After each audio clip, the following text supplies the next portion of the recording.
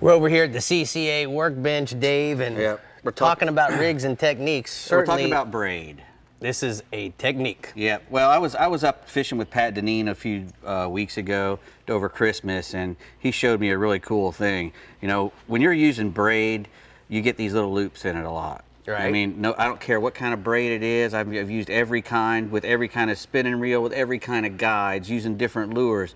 If you keep using braid long enough, you're going to get these little spin-ups. Right. And when you reel that into your reel, your next cast is going to blow up. What happens is the loops catch onto this loop, and it ends up catching them all, and then they all come out in a big vomit of line. Right. And if you can catch that beforehand, what happens is you reel that, when you reel that loop up in there, it's going to go away. I've been trying all night to try to make a loop. Because we got it tight. Yeah, I know that. Well, But what happens is when you get that loop in there, your first instinct is to flip the bail and pull it out.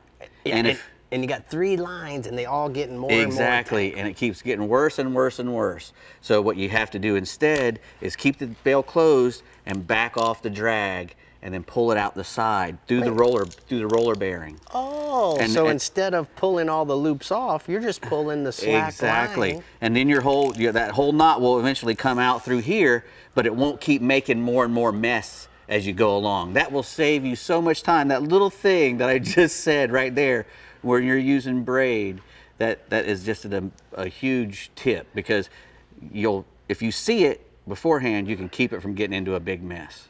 Absolutely.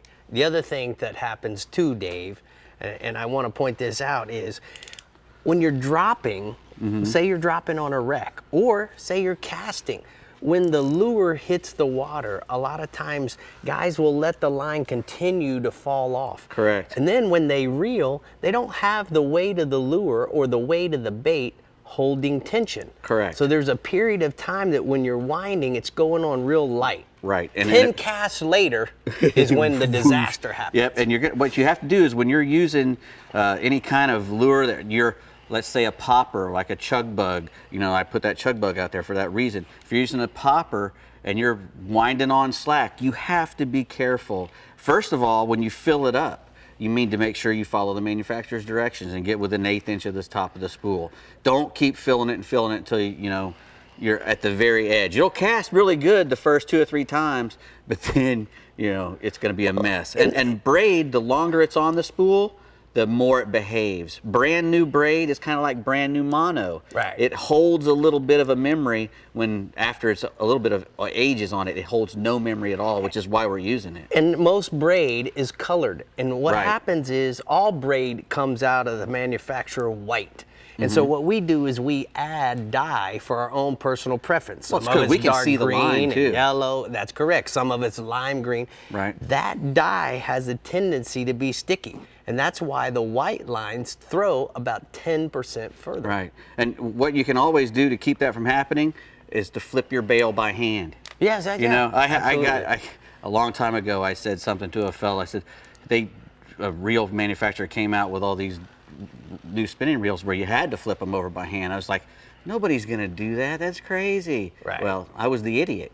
I didn't know any better. But all those guys were flipping over by hand, and that keeps what that does is, a lot of times when you flip, if you don't flip it over by hand, because these spools are so big and they're moving so fast, it'll wrap a line across the top of the spool. Right. And then again, you have a recipe for disaster when that line starts going over the top of the spool. One other thing I want to add.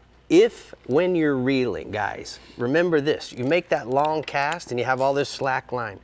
If what you'll do is put your finger out like so, every time the line comes around, it will hit your finger, and it's no different than if you had your finger up here. So as the spool comes around, the line hits the backside of my finger, and it's like I'm up here holding it. Right. And make sure your roller bearing works. Yeah, a lot of guys won't even look at that, and they won't pay attention to it. If your roller bearing is not working well, you're going to spin up any kind of line before too long. It doesn't matter if it's braid or mono work. or what. I can't believe you stretched that for 5 minutes. We Beautiful could actually work go here. longer. Actually, I have more stuff to talk about. Beautiful work here at the CCA Workbench. All right.